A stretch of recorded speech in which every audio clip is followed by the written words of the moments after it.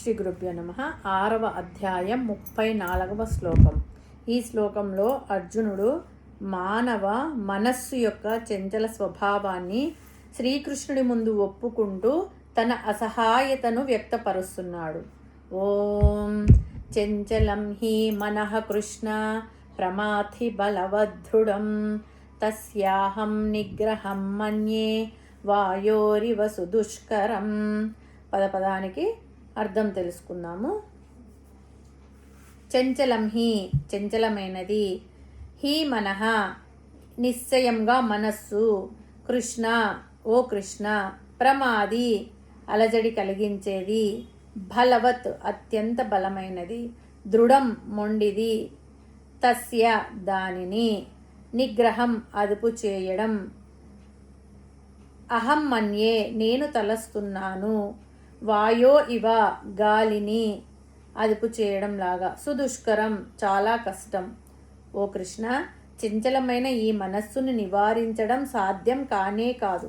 ఎందుకు కాదు అంటే చంచలం హి మనః కృష్ణ, ఈ మనస్సు నిరంతరం కదిలిపోయే స్వభావం కలది. ఎలా అయితే గాలి ఒక చోట ఉండకుండా నిరంతరం వేరు వేరు చోట్లకు కదిలిపోతుందో, అందుకే వాయువుకు సదాగతి అనే పేరు వచ్చిందో, అలాగే ఈ మనస్సు కూడా చంచలం, నిరంతరం కదిలిపోతూ ఉంది. అలాగే దాని యొక్క పేరులోనే మనః అనే పేరులోనే మననాత్మనః, నిరంతరం ఆలోచనలు చేయడం వల్లే దానికి ఆ పేరు కూడా వచ్చింది.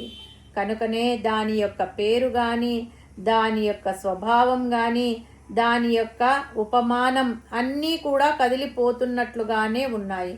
మనస్సును నిలబెట్టుకోండి. మనసును నిలబెట్టుకోవడానికి ఇంతకు ముందు నేను తస్మాత్వం ఇంద్రియాన్యాదో నియమ్య భరతర్షభ అని ఇంతకు ముందు ఒకసారి చెప్పాను కదా. జ్ఞానేంద్రియాలు కర్మేంద్రియాలను నిగ్రహించుకోగలిగితే మనస్సు కూడా అదుపులోకి వస్తుంది అని చెప్పాను కదా అని నువ్వు అనొచ్చేమో. అది కూడా సులభమైనది కాదు. ఈ మనస్సు సామాన్యమైనది కాదు. ప్రమాది, వాటిని అంటే ఇంద్రియాలను కష్టపడి లోపలికి తీసుకువచ్చినా బయటికి తోయగలిగినంత సామర్థ్యం ఈ మనస్సుకు ఉంది. ఈ మనస్సు చెప్పినట్టుగా శరీరము ఇంద్రియాలు అన్నీ వింటున్నాయి, కానీ మనస్సు మాత్రం వినడం లేదు. 10 ఇంద్రియాలు, ఒక దేహము, 11.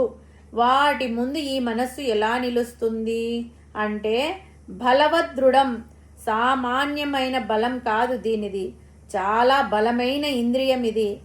ఈ మనస్సు చెప్పినట్టుగా ఇతర ఇంద్రియాలన్నీ వింటున్నాయి, కానీ ఈ మనస్సు వినడం లేదు. దీని బలం ఇంత అంత అని చెప్పుకోవడానికి వీలు లేకుండా ఉంది. దీని బలం ముందు ఇతర ఇంద్రియాల బలం కానీ శరీర బలం కానీ ఎందుకు పనికి రాకుండా పోతుంది. ఎంత ఇంద్రియాలను లోపలికి తీసుకొచ్చి కళ్ళు మూసుకున్నా సరే, మనస్సు ఒక్కసారి చూడు అని ఆజ్ఞాపిస్తే ఆ కళ్ళు తెరుచుకుంటున్నాయి, ఇంద్రియాలన్నీ బయటికి పోతున్నాయి. ఏ ఇంద్రియం ఆగడం లేదు. ఈ మనస్సు ఏమి చెప్పినా వినడం లేదు. ఇది దృఢమైనది. చంచలం హి మనః కృష్ణ ప్రమాది బలవదృఢం. ఈ మనస్సు చాలా చంచలంగా, ప్రమాదంగా, దృఢంగా ఉంది అని విచారిస్తే మనస్సులో ఈ జన్మ వాసనలే కాకుండా పూర్వజన్మల వాసనలు, సంస్కారాలు కూడా నిక్షిప్తమై ఉంటాయి. వాటి ప్రభావం ఈ జన్మలో మనస్సు మీద పడుతుంది. వాటికి అనుగుణంగా మనస్సు నిరంతరం ఏదో ఒక దాని గురించి ఆలోచిస్తూ ఉంటుంది. అలజడిగా, చంచలంగా ఉంటుంది. అటువంటి మనస్సును నిగ్రహించడం ఒక పట్టాన సాధ్యం కాదు. ఇక్కడ అర్జునుడికి వచ్చిన సమస్య ఏమిటంటే కృష్ణుడు చెప్పిందంతా వింటున్నాడు, కానీ ఏది మనసుకు పట్టడం లేదు. ఏవేవో ఆలోచనలతో సతమవుతూ ఉంది. అందుకే మనసును నిగ్రహించడం ముఖ్యం, కానీ అది చాలా కష్టం. దానిని నిగ్రహించడం ఎలా అనేది అర్జునుడి ప్రశ్న. దీనికి ఏమైనా పరిష్కారం ఉందా కృష్ణ? ఉంటే నాకు చెప్పు అని అర్జునుడు అడుగుతున్నాడు. ఇక్కడ అర్జునుడు పరమాత్మను కృష్ణ అని సంబోధించాడు. కృష్ణ అంటే కర్షణాత్ కృష్ణ, మనస్సులో ఉండే పాపపు ఆలోచనలను, దోషాలను వీటన్నిటినీ తీసేసి మనసును శుద్ధి చేసేవాడు కాబట్టి ఈయనకు కృష్ణ అనే పేరు వచ్చింది. మనస్సులో ఉండే చాంచల్యం అనే ప్రధానమైన దోషాన్ని నువ్వు శుభ్రం చేయవలసిందే.